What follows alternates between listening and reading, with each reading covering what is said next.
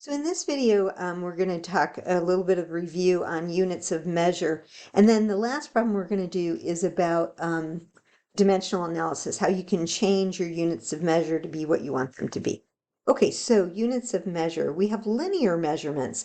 Linear measurements are like feet, inches, miles. Miles is usually abbreviated MI, meters, if we're in the metric system, which would be M. Those are all linear measurements. If you think about a linear measurement, it's how long something is. Say you want to put a fence around your yard. You're looking at this length, whoops. You're looking at 4 pieces here to go around your yard, and those would each be a linear measurement. You'd need so many feet or so many meters of fencing to go around that. Okay, square measurements are like feet squared or inches squared, something like that. That has to do when you have a piece of floor maybe, and you want to know what the area is. How much carpet do you need? What are you covering here? And that's found by length times width. This is an area measurement, okay? And it's measured in square units, okay? Or you could have square miles or square meters as well. All right. Volume measurements, that has to do with, okay, say you have a rectangular swimming pool, and I didn't take a lot of art classes. You're going to fill it with water, pretend like that's a cube or a rectangular solid. You would take the length times the width times the height.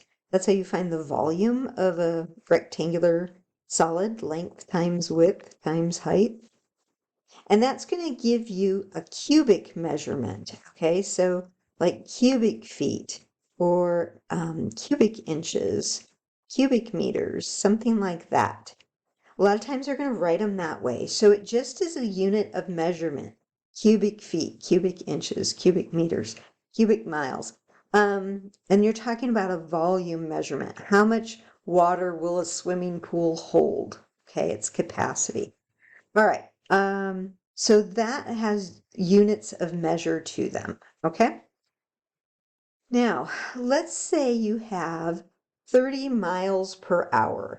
So your unit of measure is miles per hour.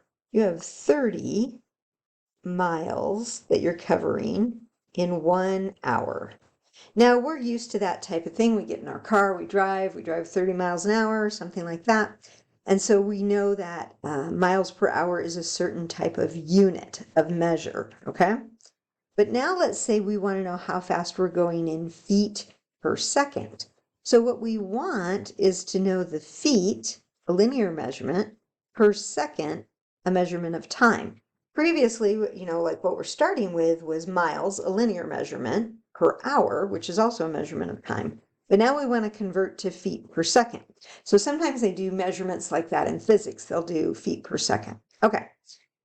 So you have to think about, well, what do you know? I want to convert miles to feet. And so I think about, well, do I know how many feet are in 1 mile?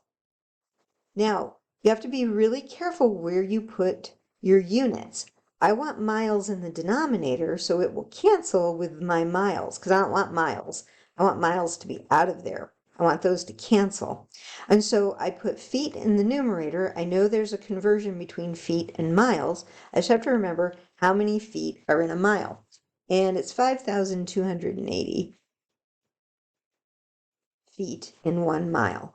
So now miles are out and I have feet per hour, but remember I want feet per second, so I need to get rid of the hours. So to get rid of hours, it is down here in the denominator, I'm going to put 1 hour up in the numerator. Now, off the top of my head, what do I know? I know there are 60 minutes in an hour. Okay, now that gets my hours to cancel. Hours are out. Now I have feet, yay, per minute, but I don't want per minute, I want per second. So I need another conversion factor here. I need to get rid of minutes. So 1 minute is how many seconds? 60 seconds, right? In a minute. Okay, so then that's going to work out. My minutes cancel, and then I have left the seconds. So now I have feet per second. Okay, I kind of wrote big, so I'll go down here and write again.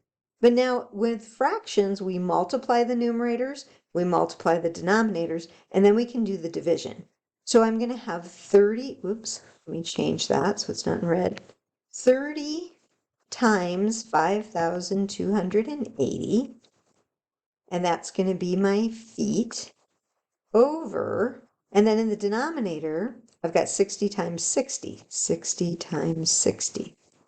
Okay, and that's going to be the seconds. Okay, so that's how we would do the conversion. Now you can just pull out a calculator and type that in. You have to be a little bit careful. So if you type 30 times, we usually use a star for multiplication when we're writing these keystrokes out, 5,280. And then there's a couple ways you can do this.